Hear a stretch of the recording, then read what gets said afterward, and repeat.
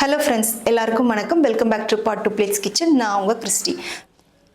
Friends, இன்னைக்கு இந்த கொற்ற மழைக்கு நல்ல கிறிஸ்பியா மொறுமொறுப்பா சாப்பிடுறதுக்கு ஏத்த மாதிரியான நல்ல சூடான வெங்காய வடை எப்படி பண்றது அப்படினு பார்க்க போறோம். இந்த வெங்காய வடை நம்ம நார்மலா எப்பவும் பண்ற வெங்காய வடை மாதிரி இல்லாம கடலை பருப்பு ஊற வச்சு அரைச்சு செஞ்சு காமிச்சிருக்கேன். ரொம்பவே அருமையா இருக்கும். கடலை பருப்பு மட்டும் ஊற வச்சீங்கன்னா போதும். டீ போடுற நேரத்துக்குள்ள டக்குன்னு நம்ம ஈஸியா செஞ்சு முடிச்சிடலாம். வாங்க இப்போ எப்படி பண்றதுன்னு பார்க்கலாம்.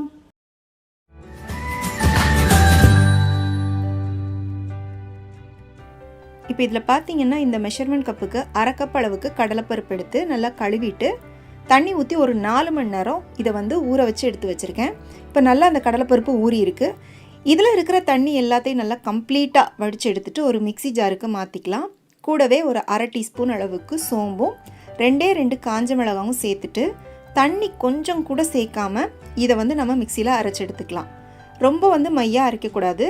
கொஞ்சம் இந்த மாதிரி ஒரு நரன்னு இருக்கிற மாதிரி அரைச்சி எடுத்துக்கணும். பருப்பு வடைக்கெல்லாம் அரைப்போம் இல்லையா, அந்த பக்குவத்துக்கு அரைச்சி எடுத்துக்கோங்க. அடுத்ததாக இந்த சைஸில் இருக்கிற 3 பெரிய வெங்காயம் எடுத்துக்கோங்க. சின்ன சின்ன வெங்காயமாக இருந்துச்சுன்னா ஒரு 5 வெங்காயம் எடுத்துக்கோங்க. இதை நல்லா இந்த மாதிரி மெல்லிசாக கட் பண்ணிவிட்டு ஒரு மிக்சிங் பவுலுக்கு மாற்றிக்கோங்க. இப்போ இது கூடவே ஒரு அரை டீஸ்பூன் அளவுக்கு தனி மிளகாய் தூளும் அரை டீஸ்பூன் அளவுக்கு உப்பும் சேர்த்துட்டு நல்லா இதை மிக்ஸ் பண்ணிக்கோங்க. மிக்ஸ் பண்ணும்போது அந்த வெங்காயத்தோட இதழ்கள் எல்லாமே நல்லா தனித்தனியாக பிரிஞ்சு வர அளவுக்கு பிரித்து விட்டு மிக்ஸ் பண்ணிக்கோங்க. நல்லா உதிரியாக இருக்கணும். இந்த மாதிரி மிக்ஸ் பண்ணிவிட்டு ஒரு 5 நிமிஷம் அதை அப்படியே விட்டுட்டிங்க அப்படின்னா கொஞ்சம் அதில் இருக்கிற தண்ணி எல்லாமே நல்லா பிரிஞ்சு வரும். அதுக்கப்புறமா நம்ம அரைச்சி வச்ச அந்த கடலைப்பருப்பை இது கூட சேர்த்துக்கோங்க. சேர்த்துட்டு ஒரு அரை டீஸ்பூன் அளவுக்கு இஞ்சி பூண்டு விழுது சேர்த்துக்கோங்க. இப்போ இது கூட நம்ம ஒரு 2 டீஸ்பூன் மட்டும் கடலை மாவு சேர்த்துக்கலாம். நம்ம கடலைப்பருப்பு அரைச்சி சேர்த்ததுனால கடலை மாவு ஜாஸ்தியாக தேவையில்லை. ஒரு 2 டீஸ்பூன் பைண்டிங்காக மட்டும் நம்ம சேர்த்தா போதும். கூடவே நல்லா ஒரு கிறிஸ்பினஸ்க்காக 2 டீஸ்பூன் அளவுக்கு அரிசி மாவு சேர்த்துக்கோங்க. அடுத்ததாக ஒரு 3 பச்சை மிளகாவை இந்த மாதிரி நல்லா பொடிப்பொடியாக கட் பண்ணி போட்டுக்கோங்க. கூடவே கொஞ்சமாக கருவேப்பிலையும் கட் பண்ணி போட்டுக்கோங்க. நான் இன்னும் ஒரு அரை டீஸ்பூன் அளவுக்கு எக்ஸ்ட்ரா தனி மிளகாய் தூள் சேர்த்துருக்கேன். மொத்தம் 1 டீஸ்பூன் நம்ம இதுக்கு சேர்த்துருக்கோம். உங்களோட காரத்துக்கு ஏற்ற மாதிரி நீங்கள் தனி மிளகாய் சேர்த்துக்கோங்க. இப்போ இது எல்லாத்தையும் நல்லா மிக்ஸ் பண்ணி விட்டுக்கோங்க.